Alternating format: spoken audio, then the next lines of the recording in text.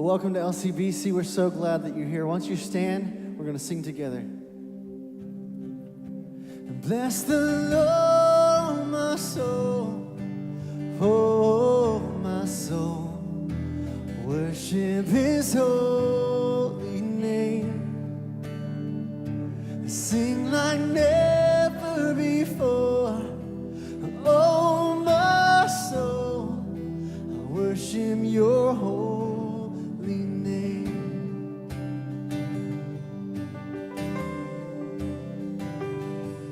The sun comes up, it's a new day dawning.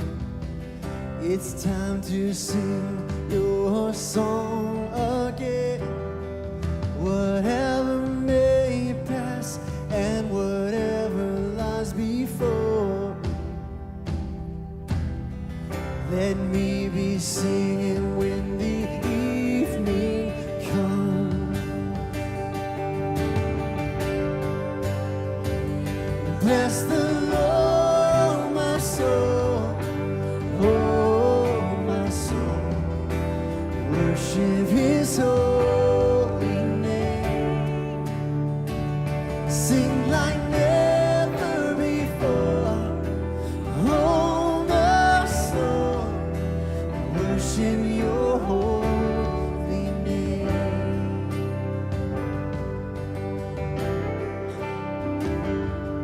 You're rich in love and You're slow to anger. Your name is grace and Your heart is kind. For all Your goodness I will keep on singing. 10,000 reasons for my heart to find. Yeah. Bless the Lord, my soul, oh, my soul. Worship His holy name. Sing like never before, oh, my soul. Worship Your holy name. Oh,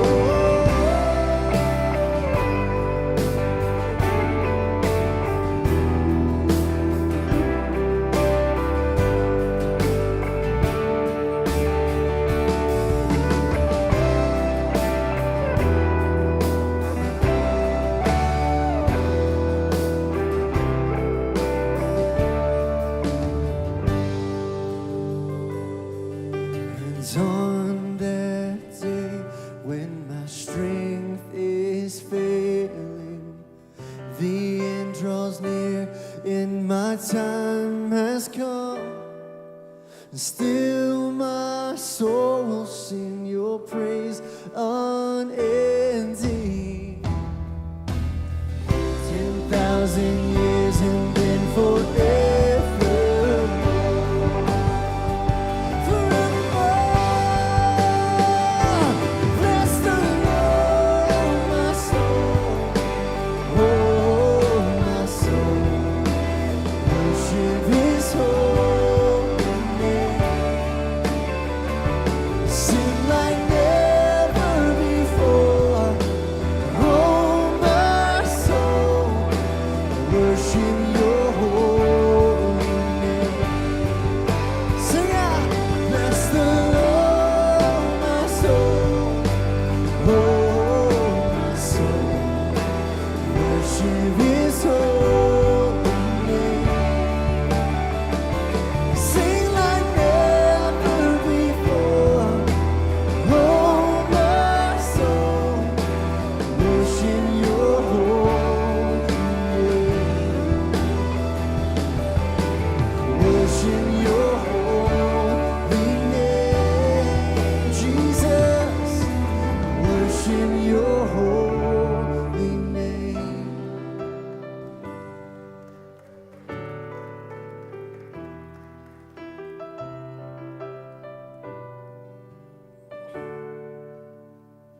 Sing like never before, oh, my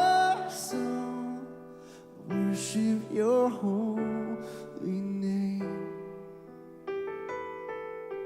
I worship your holy name.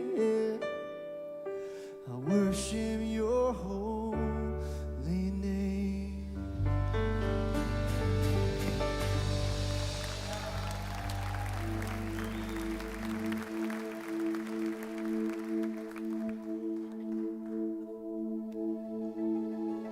Let's continue to sing.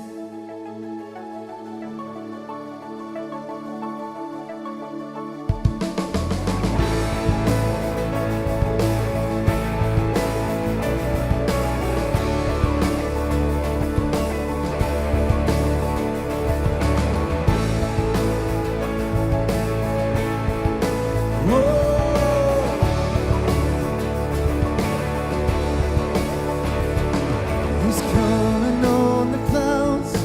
Kings and kingdoms will bow down. Every chain will break. His broken hearts declare His praise. For who can stop the Lord Almighty? And our God is the Lion of Judah. He's roaring with power and fighting our battles, and every knee will bow before Him. And our God is the Lamb that was slain for the sin of the world. His blood breaks the chains, and every knee will bow before the Lion and the Lamb, and every knee will bow before Him.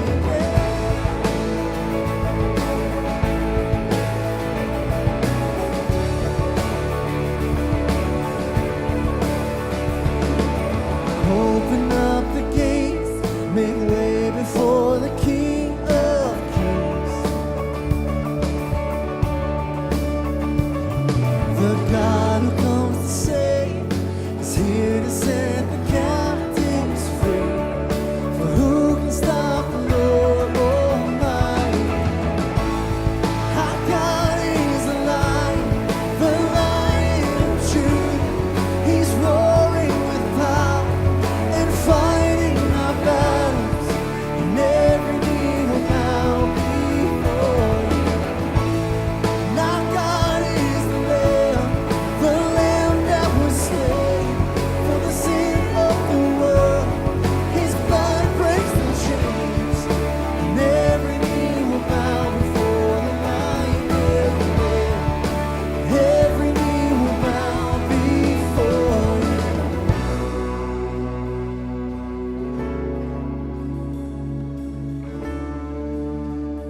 We bow before You. For who can stop the Lord Almighty? Who can stop the Lord Almighty? Yeah. Who can stop the Lord Almighty?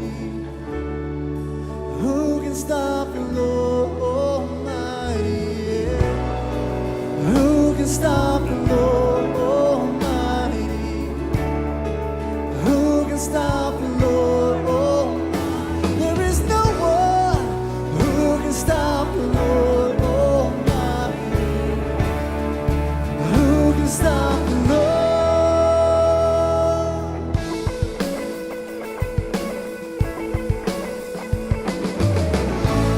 And our God is the Lion of Judah. He's roaring with power and fighting our battles.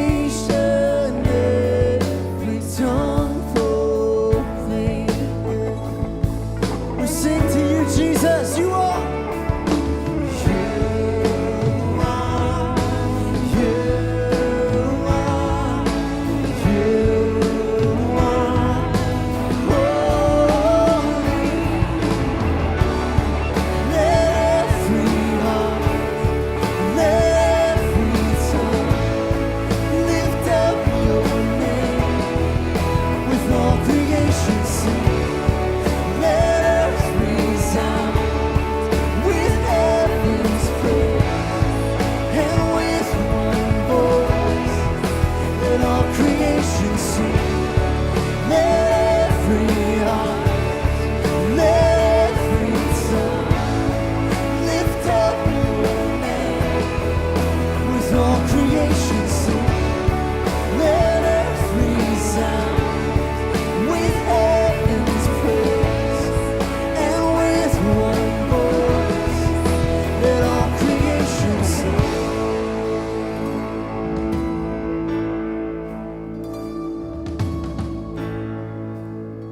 Every voice, lift your voice, let's sing this. We sing. We sing. Sing out. We sing. Holy is your name. We sing. Sing out. We sing. Worthy is your name. We sing. Sing out. We sing. Holy is your name. We sing. Sing out. We sing. Worthy is your name. Worthy is your name. Every heart sing. Let every heart, let every tongue lift up your name. With all creation sing. Let every sound with heaven's praise, and with one voice, let all creation sing.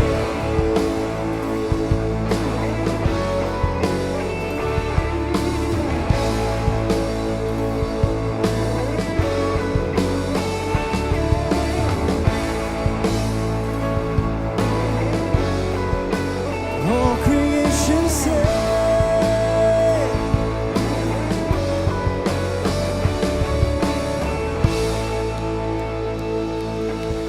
He is worthy today.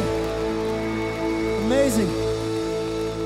Amazing singing with you. You sound amazing. Would you greet each other, share your name with a few folks around you, and then you can have a seat.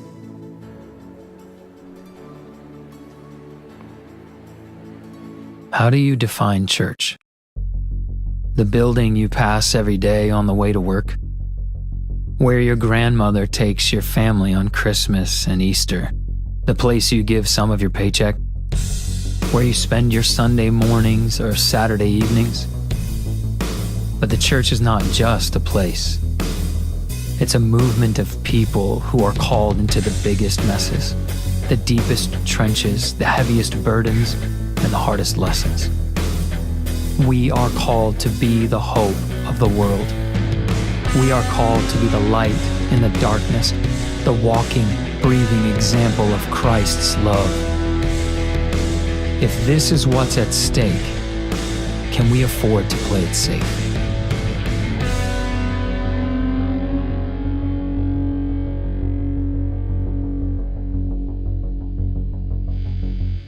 Man, excited about that new series. As always, you guys are welcome to come back and bring somebody with you to experience it next week.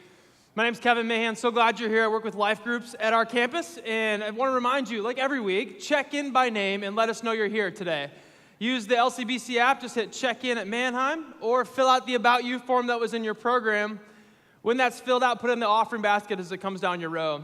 You know, offering every week is our reminder, as those basket comes down our row, to prioritize God with our money like we trust and prioritize Him with other aspects of our lives. And so whether you give your tithes and your offering in that basket or lcbcchurch.com or the LCBC app, I just want you to take us up on that opportunity to trust God each week. If you're new with us, if you guys have been new this summer, we have lots of new people around here. We have an environment specifically for you called Newcomers. And Newcomers the opportunity to learn about the LCBC story and why we're obsessed with helping introduce people to Jesus and together fully follow Him. And we're going to learn a little bit about the LCBC story for you, but we want to learn a little bit about you at Newcomers too. And so join us next weekend for Newcomers.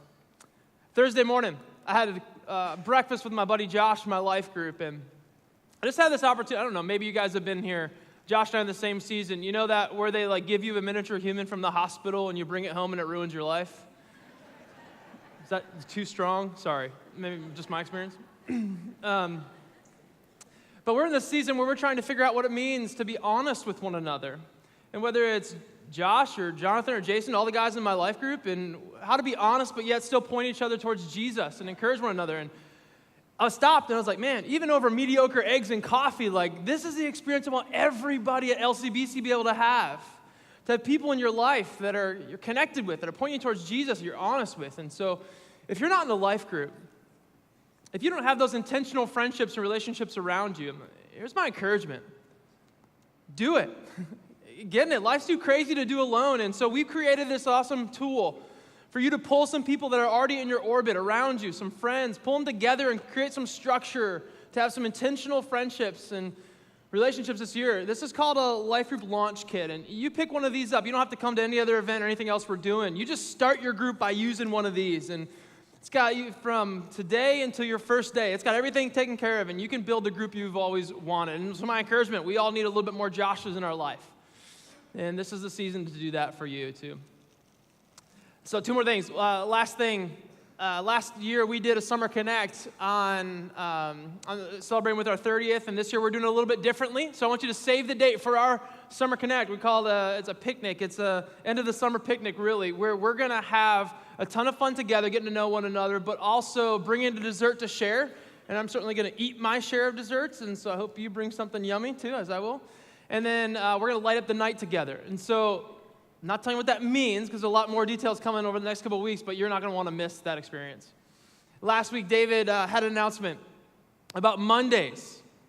You guys hear that? And if you didn't hear it, you should go back and listen to last week's message. Mondays gathering starting in October. We're super excited about this. There's a lot of momentum happening around Mondays because it's an opportunity for us to invite those that cannot or will not come on a weekend to meet Jesus to come here on a Monday night. And so keep talking about it, and we'll have some more information as that's coming along too. Glad you joined us for the last week of Street Smarts.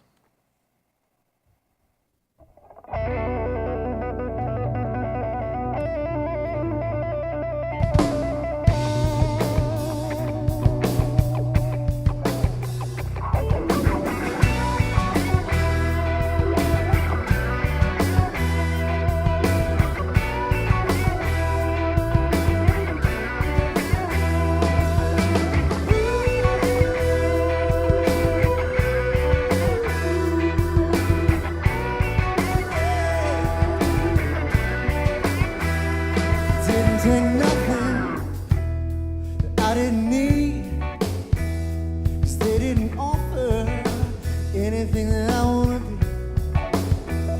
They didn't offer manhood, responsibility. I had to learn it the hard way, earned my degree in the street, and graduated from hard knocks, got my education.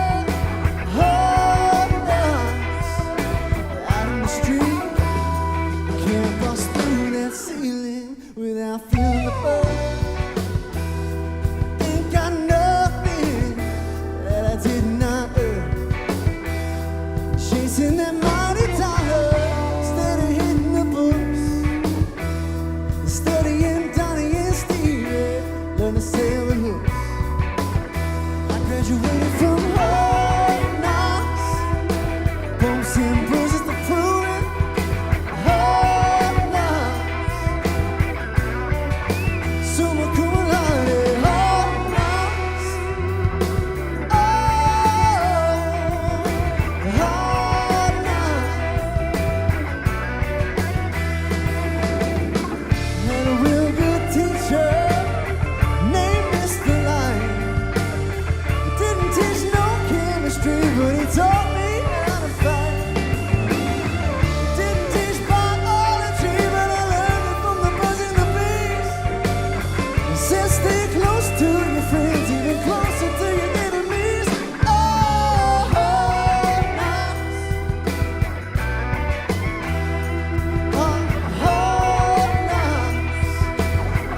and bruises to prove it. Oh, now. Ooh, now. Gotta bring it on down.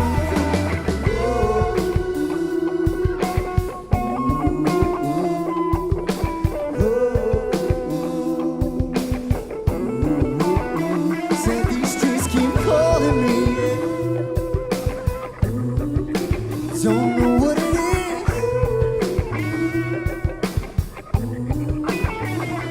Is it the thrill that I seek? I don't know. These streets keep calling me day and night. Calling me, said they're calling me, calling me, calling me, calling me, calling me, calling me, calling me, calling me, calling me, calling me, calling me, yeah.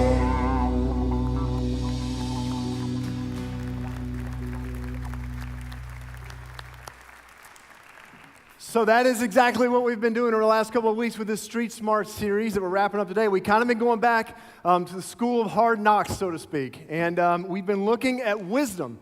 We've been asking God to give us kind of the street smarts to know how we can navigate life best out on the streets that make up our life. And so it's just been a lot of fun over the last couple of weeks talking about really just this idea of street smarts and wisdom and God giving it to us. We've been talking about some really, really practical things over the course of this series. We've talked about discipline and, you know, the idea of pre-deciding, like decide before you get to a moment what your decision is going to be so that in that moment you already know what you've decided. And we talked about the power of our words and how words have the power of life and death. So we just been talking about some really practical things. And one of the things we did with this Proverbs series, or with this Street Smart series, is we invited you to read along in the book of Proverbs over the last couple of weeks. The reason why is because Proverbs is a book of the Bible. If you're kind of new to the Bible, you may not know this, but Proverbs is a book in the Bible that's almost explicitly dedicated to the topic of wisdom.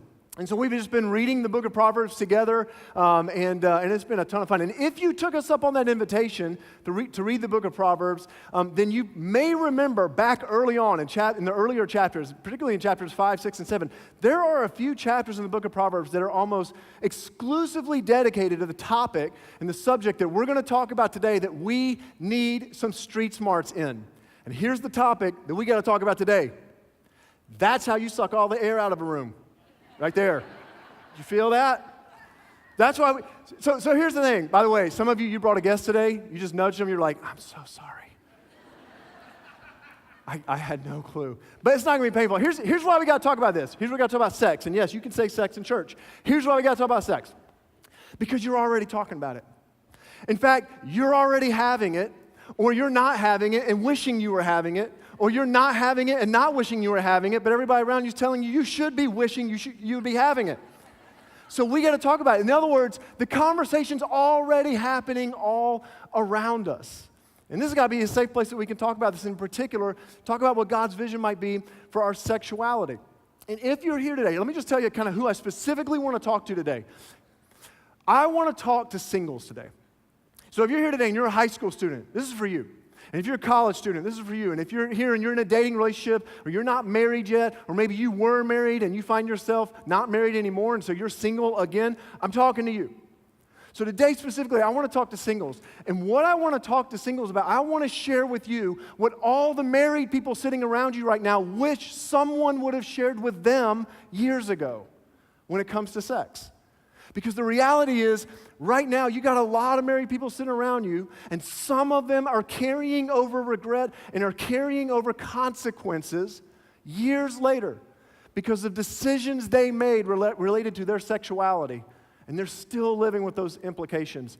So I just want to share with you the things that married people wish someone would have shared with them years ago as we kind of go. And in particular, there's one lie that I just want to unpack today. One myth, one lie that is just out there in our culture, and it is so pervasive that we picked up and we've kind of believed this, and we didn't even know we believed it. It just kind of happened by osmosis. But it's a lie and myth that I want to unpack. And also what I would love to do, I just want to paint a vision. I want to paint a picture of what I think is a much more compelling and, quite frankly, inspiring way to view our sexuality as singles. So here's the lie. This is the one lie I just want to unpack today. Sex is just physical. Kind of simple. Sex is just physical. I just want to unpack this lie, this myth. In other words, that sex is just kind of a biological impulse, a physical act that you do between two people. It's just, sex is no different. It's just like a really intense high five. Like really intense at times. High five, right? It's just physical, right? It's no different than any other thing we do physical. And yet, we kind of intuitively know that's not true, don't we? Like, you know what I mean? Like, if we were really being honest, we intuitively know that's not necessarily true. But here's the reality. Here's why this lie has made its way so deep into our culture. Because that sells a lot of books. And that makes for way more interesting movies. And that makes for way more interesting conversations at school or in your dorm room. If we can believe that. But again, we kind of know it's intuitively not true. But the reality is that lie just kind of sells things a little bit better, right? And some of us have bought into it. But we know sex is way more than just physical. A couple months ago, I was at this party. And usually if I don't want to talk to people, I did a real simple trick. I just tell them I'm a pastor. That usually shuts the conversation down on an airplane at a party real quick. So I'm talking to this guy named Jack. I meet this guy named Jack, and, I don't know. I was in a good mood that night, but I still told him. I was like, well, I'm a pastor. Usually they're like, oh, have you seen my wife? I need to go, But Jack stuck with it. So we talked a little bit, and then the night kept going on, and we hadn't seen each other in a couple of hours, but then it was late. Most of the people had left, and I found myself on the back patio, and Jack was there. It was just me and Jack and the crickets. That was it. And a couple of seconds of silence go by, and then Jack says, you're a pastor.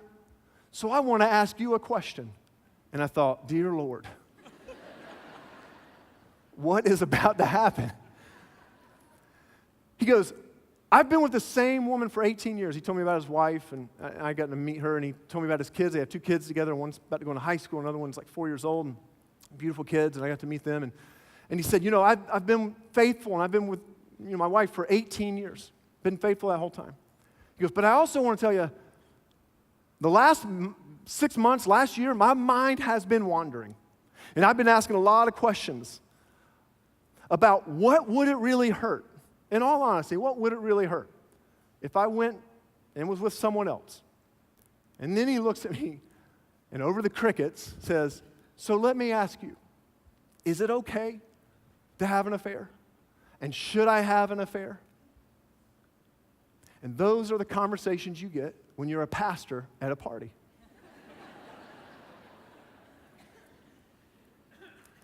Now, how would you answer that question? Because my guess is I answered it just like you would have answered it. I said, of course it's okay to have an affair. It's just physical. Like it matters. I mean, like it's a high five. You wouldn't be asking me if it's a high five, so why are you asking me about sex? Of course it's okay. Come on. I didn't say that. And you wouldn't have said it either. And what's interesting to me is that this is not even a religious thing. This is not even a Bible, God, Jesus thing. In fact, some of you are here, my guess is some of you are here today and you would say you're an atheist. Some of you are here and you would say you don't even know what you believe about this whole Bible, God, Jesus thing. Some of you are here, you've never even looked at the Bible, so it's not about that. And yet 99.99999% of us, if Jack would have asked us that question, our first impulse would not have been, of course, go do it. It's just physical. So why is that? Why that hesitation? Why would we kind of shrink back from that, even if it's not a God religious Bible thing? It's because we know, don't we? And we don't even know how we know. We just know that sex is more than physical.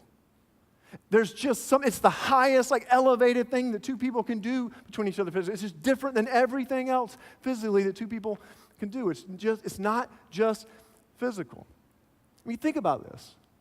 If sex were just physical, why is it that for any of us who have the scars of sexual abuse in our life, why is it that decades have gone by since what was done to us, and yet here we are still reeling with that and still dealing with the scars and reeling from that pain? Why is it? We're not still in counselor's office 2 decades later talking about the kid who shoved us on the playground. That was just physical.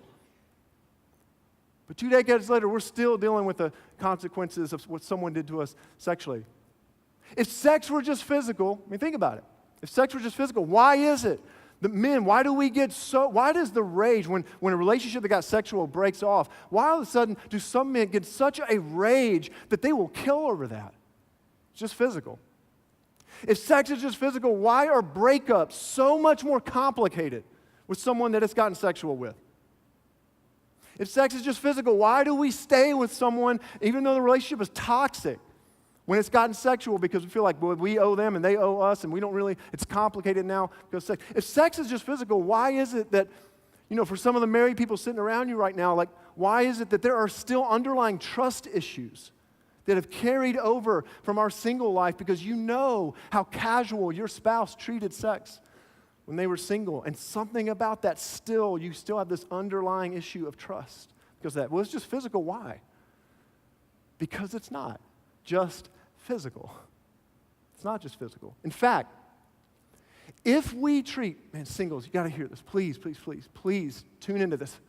If we treat sex like it is just physical, it will inevitably lead to regret and hurt that could be avoided. High school students, please listen. College students, please listen. If we treat sex like it's just physical, it will inevitably lead to regret and hurt that could be avoided. That we don't have to settle for that. That we don't have to go there. I actually think this idea of regret is exactly what's behind Solomon's words in the book of Proverbs. And so I want to look at one last proverb with you to wrap up this series. It's Proverbs chapter 5. I'd love for you to turn there and see this. And so if you don't have a Bible, that's no problem. There's some in the seats right beside you. Turn on your mobile device, scroll down, whatever. Proverbs chapter 5.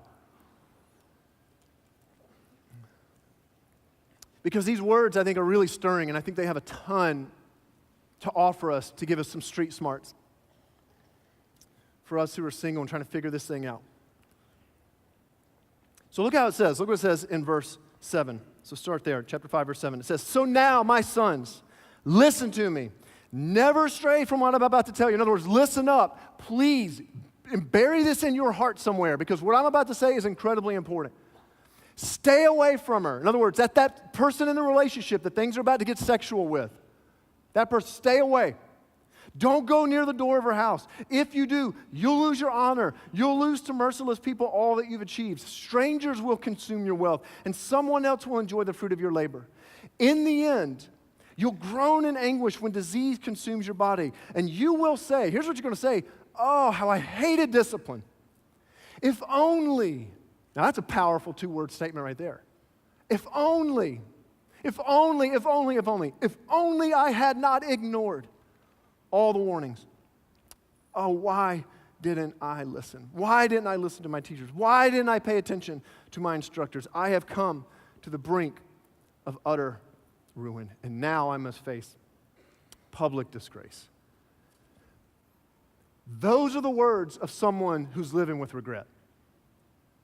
Those are the words of someone who's treated sex like just physical and where it leads and the regret and hurt it can leave. If only, man, what was I thinking? If I could have it back. Listen, the reality is, if you were to ask some of the people around you right now what their single greatest regret is in life, and they were being honest with you, they would not tell you about that financial decision they made that they thought was going to turn into a great investment and ended up imploding. That was a regret, but that's not the greatest one. And they wouldn't tell you about that job opportunity that they had that they wish they would have taken, but they didn't. That was a regret, but that's not the greatest one. There are people sitting around you right now that if you were to ask them what their single greatest regret in life is, they will tell you about a season in their life that they treated sex casually like it was just physical. They will tell you about a season in their life where they found themselves, even to this day, still saying, "Man, if only I had known then what I know now. Why didn't I listen? What was I thinking? Why didn't I treat my sexuality like it was something to be honored? Why did I give myself away to that person? Why did I do this?" You'll hear that kind of language of regret. You'll feel those things come from people if you were to ask them what their greatest regret is. You'll hear those "I wish I never" statements. I thought it was just a spring break thing. I thought it was just a one-night thing. I thought she'd never leave me. I thought he would never leave me. If only, if only, if only. That's because when we treat sex like it's just physical, it will inevitably lead to hurt and regret. And that's what this person in this passage is describing and what they're experiencing. And this isn't just, by the way, a Bible thing. This isn't just a a God thing. This is a people thing, not just a Christian thing. In fact, as I was prepping for this weekend, I was reading some research. There was a couple of sociologists, and then I was reading some of the work that they'd done. They'd done this landmark study on sexual practices and sort of mindset of 18 to 23-year-olds across our country. And they came up with some fascinating research. And again, not Christian, they're not faith people, they have no interest in that. That's not what they're trying to do. They're just trying to get a sense of how 18 to 23-year-olds view sex and kind of how they approach sexuality. That was the whole thing. So they're not Christians at all. And there was this one particular section of their research where they were beginning to kind of unpack how do 18 to 23-year-olds, how do they view emotional attachment and sexual attachment? Like, are they the same thing or and all that? Or are they separated? And at the end of that section of research, this is what these secular, non-Christian sociologists conclude. In their concluding remarks, this is what they say. Most emerging adults will not experience an unintended pregnancy or a sexually transmitted infection. In other words, the physical side of sex, like that can be all the risk, all the consequences, any of the regret, all that kind of stuff, that can be taken care of. You can get protection for that. You know what I mean? You can ensure you won't get pregnant. You can make sure that you're not going to get, you're going to be safe. So the physical part can be taken care of. But they also have already and will continue to experience regrettable sex. That's not the Bible talking. That's some sociologists. And they're saying, at the end of the day, you can treat the thing like it's a physical, like it's sex is like it's just physical. And you can take care of mitigating the physical consequences and still live with deeper consequences. Regrettable sex. Man, I don't want that for you. I don't want you to live with those regrets. I don't want that for you. I think there's something so much better. And part of what's fascinating to me about this research is that we think we've evolved. It's 2017. We think we've evolved past these antiquated ideas about sex and sexuality. We think we've kind of progressed past these, and these are antiquated, sort of regressive ideas. And yet, here we are in 2017, and the best conclusion that these sociologists can come up with is to agree with the words of Solomon 3,000 years ago. Because it's just true. And sex is more than just physical. It's so much more than just physical. The biblical vision and God's vision for sex is so much more beautiful than just biology. It's so much more compelling. And God's vision for how we treat our bodies and how we use our bodies and how we treat our sexuality and use our sexuality, it's not about avoiding sex. It's about putting sex in its proper context. This is exactly what Solomon's getting at with these next verses. Look what he says. Verse 15, he says, "So drink water from your own well. Share your love only with your wife. Why spill the water of your springs in the streets, having sex with just anyone? You should reserve it. Make it exclusive. Reserve it for yourselves. Never share it with strangers." And then look how he describes sex. Look at some of these words. "Let your wife be a fountain of blessing." Let the lovemaking, let the sex with your wife be a fountain of blessing for you. "Rejoice in the wife of your youth. She is a loving deer." Use that one with your significant other next time. Your loving deer. Valentine's Day tip. "A graceful doe. Let her breast satisfy you always. May you always be captivated by her love." Man, I love the language in this.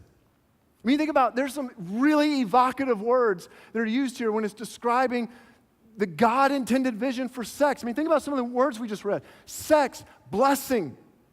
Sex, rejoice. Sex, satisfying. Sex, captivating. Now, I don't know what kind of, I don't know if that's a surprise to you or not. But the reality is that sex is this incredible gift that the Scriptures overwhelmingly talk about in positive ways. And that might be a bit of a surprise to you because some of you maybe grew up in traditions where sex, you grew up in faith traditions where sex was like avoided. It was talked about like it was a shameful thing. It was like, oh, we don't use that word, right? Sex, bad word. And some of you, you didn't grow up in any faith tradition. You just kind of grew up looking at Christians who grew up in those traditions, so you think all Christians think sex is bad or something, or gross, or to be avoided. That's not God's vision. That's not the biblical vision of sex. Certainly not God's vision of what it looks like to have healthy sexuality. This is it. Where it's blessing, and it's rejoicing, and it's satisfying, and it's captivating. In fact, there's an entire book of the Bible. I don't know if you knew this or not. There's an entire book of the Bible exclusively dedicated to sex. It's called the Song of Solomon or the Song of Songs. Two different names for it, but the same one. Song of Songs. And the entire book is this poetry. It's this description of lovemaking between two people. And it is graphic. It will make you blush. I don't care who you are. It'll make you blush. I mean, it is graphic in its description. In fact, so graphic, by the way, and so, like detailed that most Hebrew traditions, men, boys, were not allowed to read that book until they were grown men. All of a sudden, some of the high school guys here right now are like, Song of Solomon. Got it. Now you want to read the Bible. Right. Song of Solomon. Write that down. But here's the point. This is what's so beautiful, man, is that God's vision for our sexuality is not about avoiding anything. It's about running towards something greater. It's about pursuing something so much greater. And what God is saying is that the only container powerful enough, the only container strong enough, the only relational container that is strong enough to hold the power-packed passion that is sex is the relationship of marriage. It's marriage because of the safety that it breeds. In fact, this is what's behind this one particular passage that Jesus quotes, the Apostle Paul quotes. It's a passage that kind of makes its way all throughout the Scriptures. It's how the Bible starts in Genesis. And we see almost like the first wedding ceremony, that God brings a man and woman together in this wedding. And this is what it says. This is in Genesis chapter 2. It says, "This explains why a man leaves his father and mother and is joined to his wife. And the two are united into one. Now the man and the wife were both naked and felt no shame, no regrets." Isn't that a really compelling way of having a relationship right there? Isn't that really what we want most in our relationship? No shame? Isn't that what we want most? No fear, no anxiety, no fear. Am I being compared right now to someone else?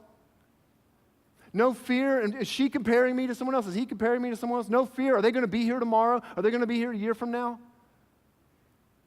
And God says the only relationship strong enough to give you that freedom, that uninhibited freedom to where you can be fully known and know the other, to where there is no fear, there is no shame, there is no anxiety, is the context of marriage. Why? Because of these two really powerful words right here, joined in one.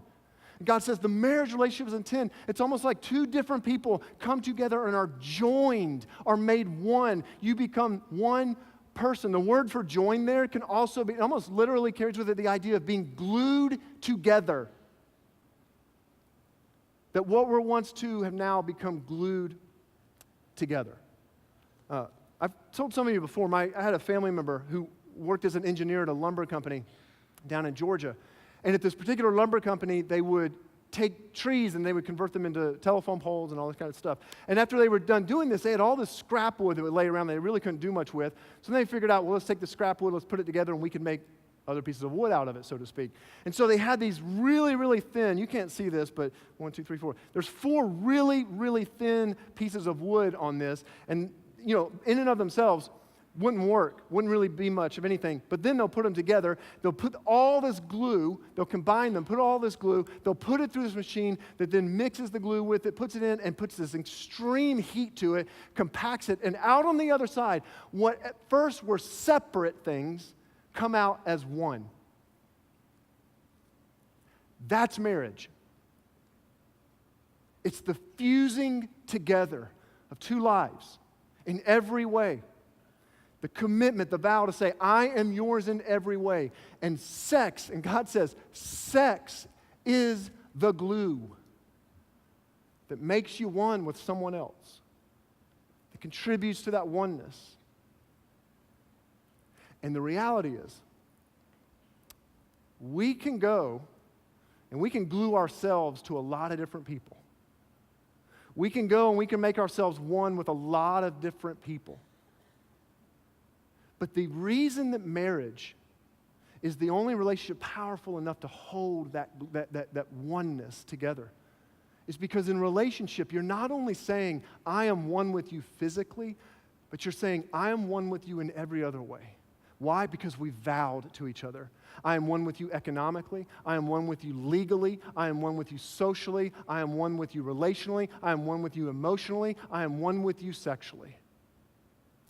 And when we go outside of the confines of marriage and we have sex, we tie ourselves, we glue ourselves to other people with no other commitment. It's like we're saying, I want to be one with you physically, I just don't want any other commitment. I want to be one with you in that way, I just don't want to be one with you in any other way. And that's not safe. There's no safety in that. There's no security in that.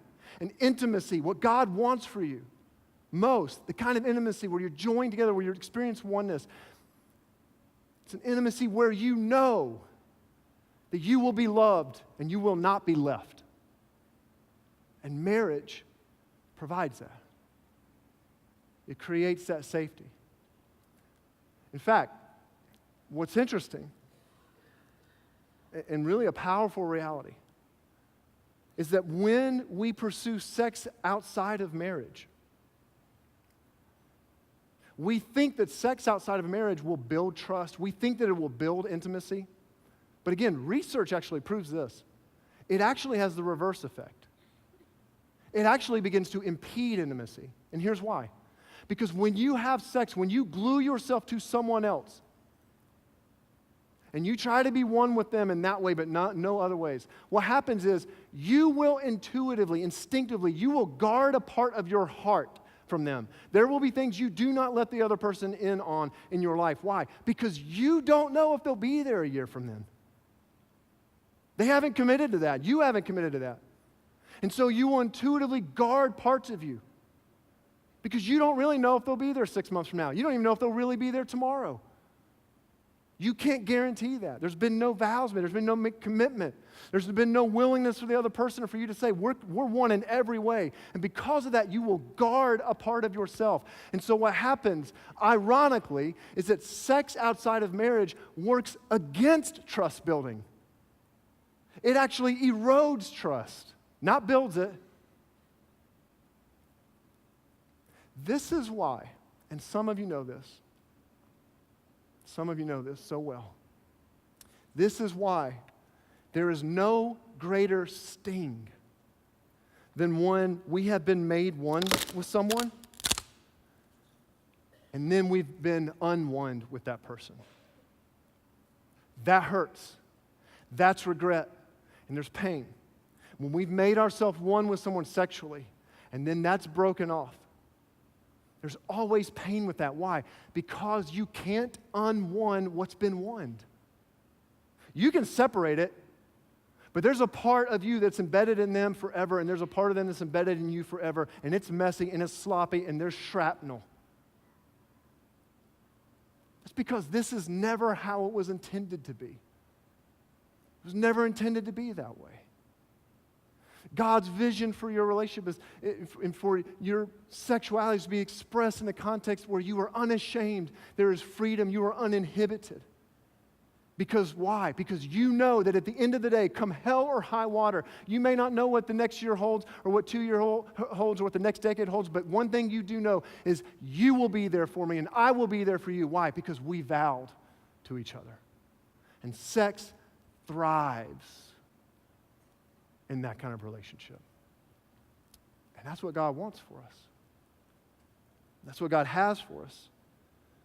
That we would have no regrets. Because you can't unone what's been won. And in light of that, in light of all that, this is why Solomon ends this little passage by saying this. Look what he says.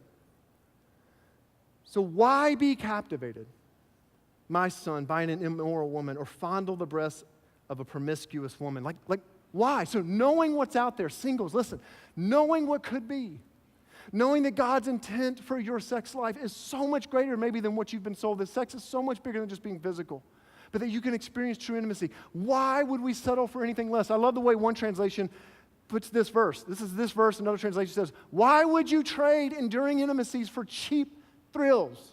Why? Why? Listen to me. Listen to me. Singles, please. You know, right, that you are so much more valuable than just a cheap thrill to someone. You do know, right, that your heavenly Father thinks that you are worth so much more than just your sexuality. That your sexuality is so much more valuable than just going around being glued to other people. You know that you are worth so much more than that, don't you? And that there's something so much more beautiful and compelling out there for you. So let me just throw up, to wrap up, let me just throw up 2 objections that you might have if you're here today and you're single and you're listening to this. 2 objections and 1 response. So here's 2 objections. Maybe you're thinking this. Yeah, I hear you, Jason. Yep, sounds good. Yep, got it. But how are we going to know that we have chemistry? Like if we don't have sex, how are we going to know we have chemistry then? Like we can find another, but how are we going to know we have chemistry? Here's what I'd say. Commitment breeds chemistry, not the other way around. You don't need to know you have chemistry before you commit. Commitment creates the environment for chemistry to happen. In other words, here's what I know about you. You're not going to sit around with your spouse one day and high-five each other and go, man, aren't you glad that we did all that with all those other people to see if we had chemistry and that we found we didn't have any chemistry with them and we found each other? Aren't you glad about that? No, because commitment breeds chemistry. In other words, chemistry comes as a result of you saying, I am yours, you are mine, and we'll figure this out. Trust me, you won't need practice. All right, here's the second objection. Yeah, I hear you, Jason. Makes sense. Yeah. But aren't these ideas about sex and all this like you're talking about, isn't this repressive? And some of you are like, and impossible? Like to really kind of set aside those drives and all, isn't that repressive and maybe even impossible? Here's what I'd say. There's this idea, again, in our culture, this myth out there, that if you feel something and it's not going to hurt anybody, do it. If you're hungry, it's like almost like an appetite. If you're hungry, eat. If you're hungry, have sex, right? But here's the interesting thing. And we would say, man, if you don't do that, that's a little bit repressive. What's interesting to me is we don't treat any other area of life like that. Think about you have a friend who, wants to get healthy and they're going to start a new diet and they're saying, you know what, I want to eat those things, but I'm not going to eat those things anymore because I know where it'll lead me. And so I'm going to start eating a little bit healthier options and all that. No one would say, that's repressive. Are you sure you want to do that? That feels repressive. In fact, you know what you would say to them? You would celebrate them. You would tell them way to go. You would say, man, that's wise. Why is it any different with sex? It's not repressive. It's saying you want something better. In fact, it's not possible either. It's not impossible. See, I think sometimes we mistake difficult for impossible. Difficult, yes. Impossible, no. It's no more impossible than if someone, do you remember before you could ride a bike? Remember those days? Imagine someone were to roll up a bike in front of you and you've never ridden one before and be like, you're going to be able to balance on this thing. And you're going to be able to ride this miles and you're not going to fall off. You would sit there and go, that's impossible. It's not impossible, it's just difficult. And if you started riding and you fell off the first time, you wouldn't sit there and go, see, I told you, impossible. No, it's just difficult. You get back on, you start pedaling again. And the reason why is because you know where you want to go. Which brings me to the response. So here's the one response I just want to put in front of you today. You're a high school student, college student, you're single. You were married before, but you're single again. Here's the response. I just want you to answer one question today. One question. What story do you want to tell about your sexuality? What's the story? What's the plot line of the story you want to tell about your sexuality? Because you have a choice over that. And for some of you, I don't know if you'll get married. I have no clue if that's in the future for you. I don't know. But imagine it is. And imagine one day on your wedding day, you're with your future spouse. What is the story you want to tell them about the way you treated your sexuality? About the way you used your body? What's the story you want to tell them? Because I think you have a couple options. One story is a story everyone expects you to tell. Story that really, honestly, is the easiest story to tell. And that's the story where you say, hey, look, I'm glad we're getting married today. You know how I've treated the whole sex thing. It's just physical. We've done that. You know my history. You know the casual way that I've kind of treated it. And hey, you know that you're one of many. But after today, I'm going to flip a switch, if that's possible, and you're not going to be any more. That's one story you could tell. But there's a way better story. A way better story. Because you could also, on that day, tell them, there was a time in my life that I thought sex was just physical. There was a season in my life where I thought sex was just physical, and I have some regrets about that time, and I have some baggage from that time, and I have some, it's history, and I got that. But then something happened. In fact, I went to church one weekend, and that weekend I had God. It was like God changed my perspective on the way I saw sex, and the way I treated my body, and the way I treated my sexuality, and everything changed. It's like my eyes were open to something new. And that weekend, at that church, I made a decision. And I made a decision that I wouldn't treat sex like it was just physical, but that I would give it its proper context, that I would reserve it for its right, proper context, that I would save it for the only relationship worthy and strong enough to hold this power-packed, passionate gift of sex that God has given us, and it's marrying you. And that decision I made that day has been difficult. And that decision that day, I don't know, people didn't understand it. And my fraternity brothers, they didn't get it. They thought I was, a bit odd. And my sorority sisters, they didn't get it. They didn't understand it. And my coworkers, they didn't get it. And my classmates, they didn't get it. And it put me on the outs. And there were some people I couldn't date that I wanted to date. And there were some decisions I couldn't make that I wanted to make. But I did all of that. Singles, can you imagine being able to say this that day? Just think about this. What if you could say this? That I did all of that, and I made that decision with you in mind. And I didn't know your name then. And I didn't even know we would meet. But I did it for you. Because I only want to be one with one. You. And that's a story to tell. And you know what I know about you? That's the story you want to hear one day. And if you're committed to that, it's going to mean you have to say no to some things. But isn't it a lot easier to say no to certain things when you know you have said yes to something greater? And singles, there's something greater out there for your sexuality. So here's how we're going to end. We're going to sing a song. We're going to sing this song that's kind of made its way through our church the last couple of months. It's been an impactful song for us. And I think it gives voice to some of the things maybe that we're wrestling with today. And it's a song called King of My Heart. And there's two words, two lyrics, two lines in the song in particular that I just want to point out. Because I think some of us are here today and we're really wrestling with this. I think some of us know we want to tell that story, and today we need to put a stake in the ground. And if that's you, I just want you to pay attention to these words when we sing them. You are good.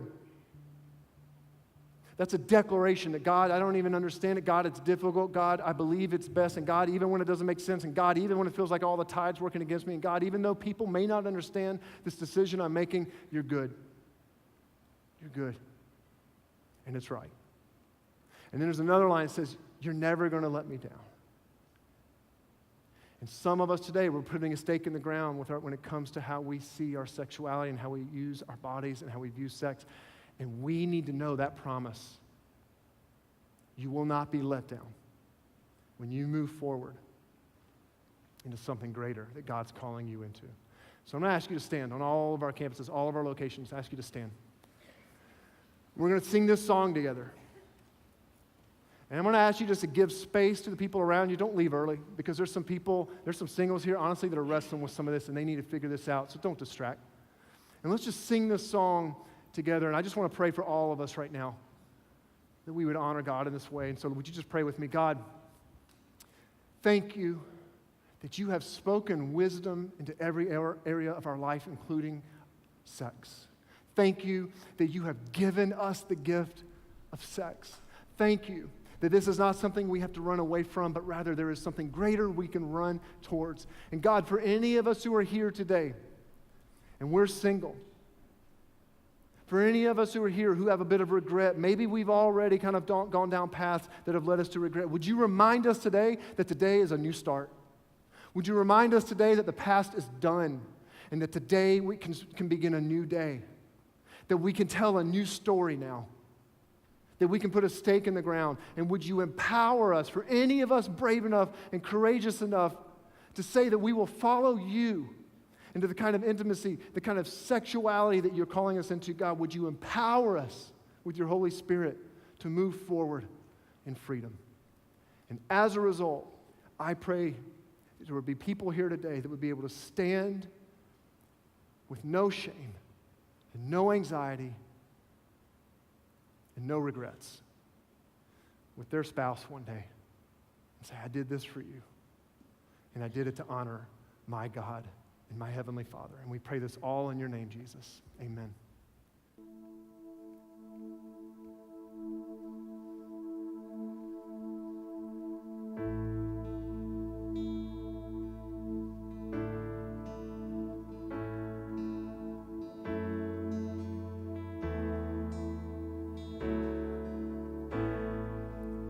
Let the King of my heart be the mountain where I run, the fountain I drink from. Oh, he is my song.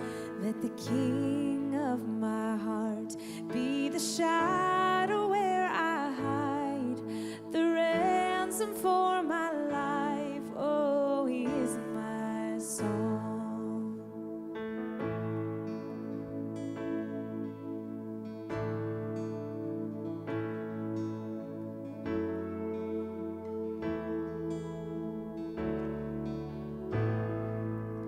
Let the King of my heart be the mountain where I run, the fountain I drink from. Oh, he is my song.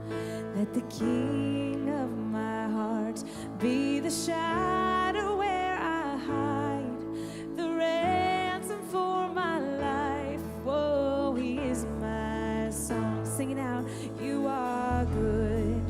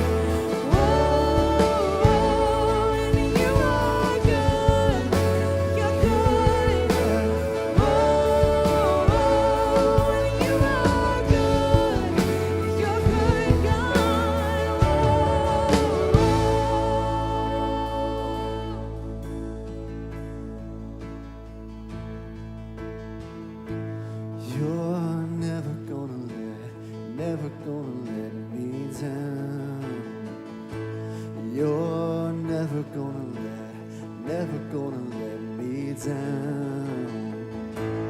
You're never gonna let me down. You're never gonna let me down. You're never gonna let me down. No, no, no. You're never gonna let me down. You're never gonna let me down.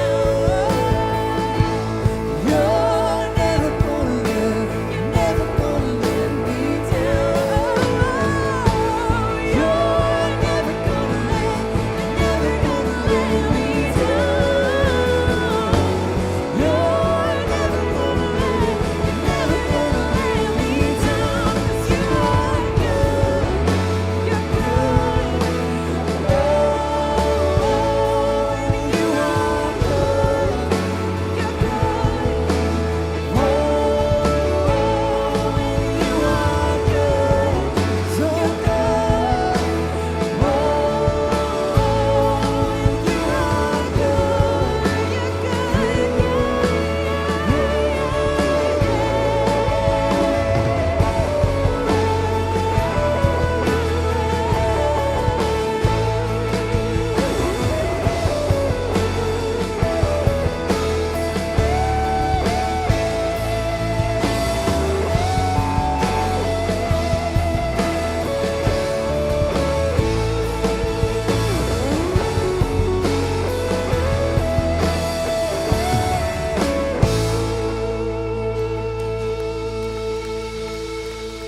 God is amazing.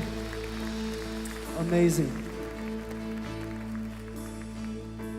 Jesus is the anchor in the sea of waves. And he is the wind in our sails. And the enemy wants to distract us and steal that wind out of our sails. So may we this week, our lives, cling to what God's best is for us. This is a message I think that could carry us the rest of our lives if we let it. If you want prayer, that's something you need or want, we have people over to my right, your left, after every gathering. I would love to pray with you. Take care. Have a great week.